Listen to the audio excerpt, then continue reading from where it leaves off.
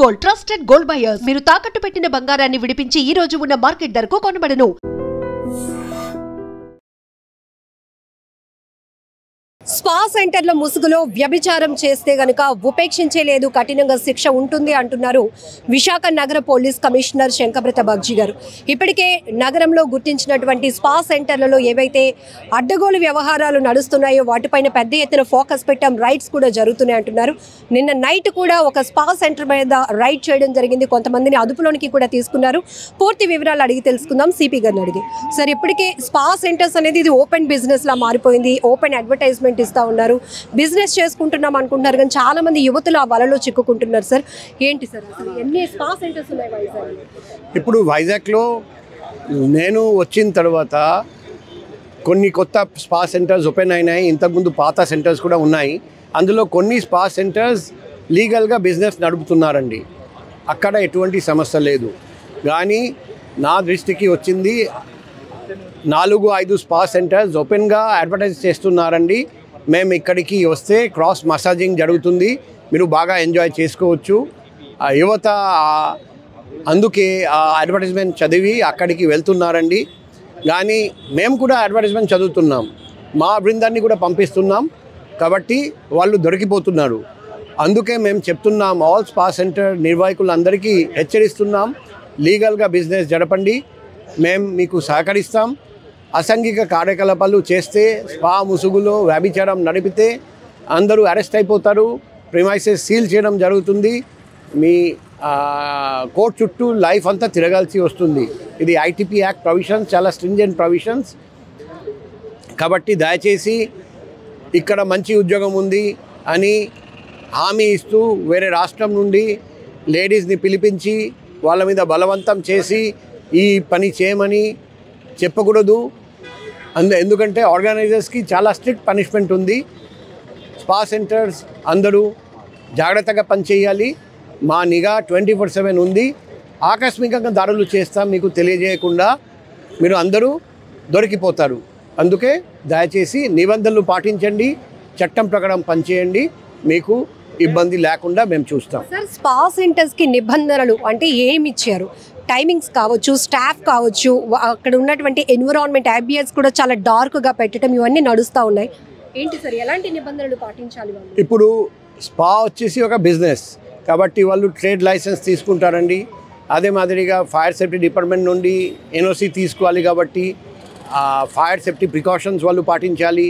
GVMC ప్రెమైసెస్లో వాళ్ళు నడుపుతున్నారు business కాబట్టి జీవీఎంసీ నుండి లైసెన్స్ తీసుకోవాలి.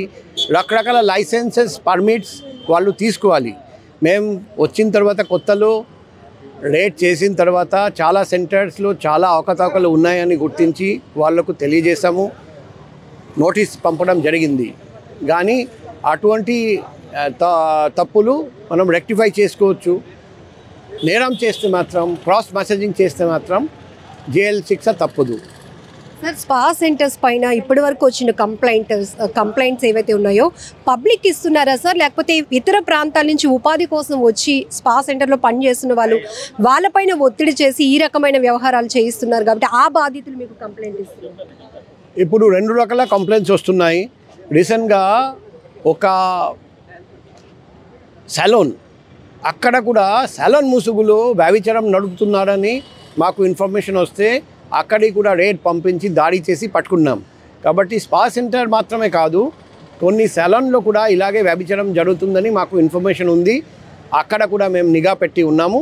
మేము అందరికీ చెప్తున్నాం, మీకు ఎటువంటి సమాచారం ఉంటే పబ్లిక్ కానీ బాధితురాలు కానీ మాకు 7995095799 నంబర్కి కాల్ చేసి సంప్రదించి మాకు ఇన్ఫర్మేషన్ ఇవ్వండి. మెరుపు దాడులు చేసి బాధితురాలు ఎవరైనా సరే రక్షణ కల్పిస్తాం, ముద్దాయిలు అందరినీ అరెస్ట్ చేసి జైలు పంపిస్తాం. ఇలాంటి ఇల్లీగల్ యాక్టివిటీస్ చేస్తున్న స్పా సెంటర్స్పై ఎలాంటి చర్యలు తీసుకుంటున్నారు సార్? ఇప్పుడు ఐటీపీ యాక్ట్ కింద ఆర్గనైజర్స్తో పాటు ఎవరు తెలిసినా కూడా ఇటువంటి ఎంజాయ్ చేయడానికి వచ్చారు వాళ్ళందరినీ అరెస్ట్ చేసి జైలు పంపిస్తున్నాం. కాబట్టి మీరు పబ్లిక్ అనుకుంటే నిర్వాహకుల మీద మాత్రమే కేసు ఉంటుంది, అది తప్పు. ఎవరు ఎంజాయ్ చేయడానికి వచ్చాడు అంత తెలిసినా కూడా వాళ్ళు కూడా అందరూ అరెస్ట్ అయిపోతారు. కాబట్టి దయచేసి అటువంటి అడ్వర్టైజ్మెంట్ ఉన్నా కూడా వెళ్ళకండి, మీరు కూడా దొరికిపోతారు, మిమ్మల్ని కూడా అరెస్ట్ చేసి జైలు పంపడం జరుగుతుంది. సో సెలూన్ స్పా ముసుగులో ఏదైతే క్రాస్ మసాజింగ్, అబ్బాయిలకు అమ్మాయిల ద్వారా మసాజ్ చేయడం, అలాగే అమ్మాయిలకు అబ్బాయిల ద్వారా ఈ వ్యవహారాలు నడుస్తున్నాయో, నిబంధనలను అతిక్రమించి నిబంధనలను అడ్డగోలుగా తుంగలోనికి తొక్కి అక్కడ ఇల్లీగల్ యాక్టివిటీస్ చేస్తున్న స్పా సెంటర్స్ని ఇప్పటికే మేము గుర్తించాము. ఎప్పటికప్పుడు వాటిపై రైడ్స్ కూడా చేస్తున్నాము. కేవలం మాకు కంప్లైంట్ వస్తే కనుక రైడ్ చేసి అక్కడ నిర్వాహకులనే కాదు, అందులో ఎలా అయితే క్రాస్ మసాజింగ్కి అట్రాక్ట్ అయ్యి వచ్చినటువంటి వారిపైన కూడా కఠినంగా శిక్షలు ఉంటాయి, వారిని జైలుకు పంపించడం జరుగుతుంది అని చెప్తున్నారు.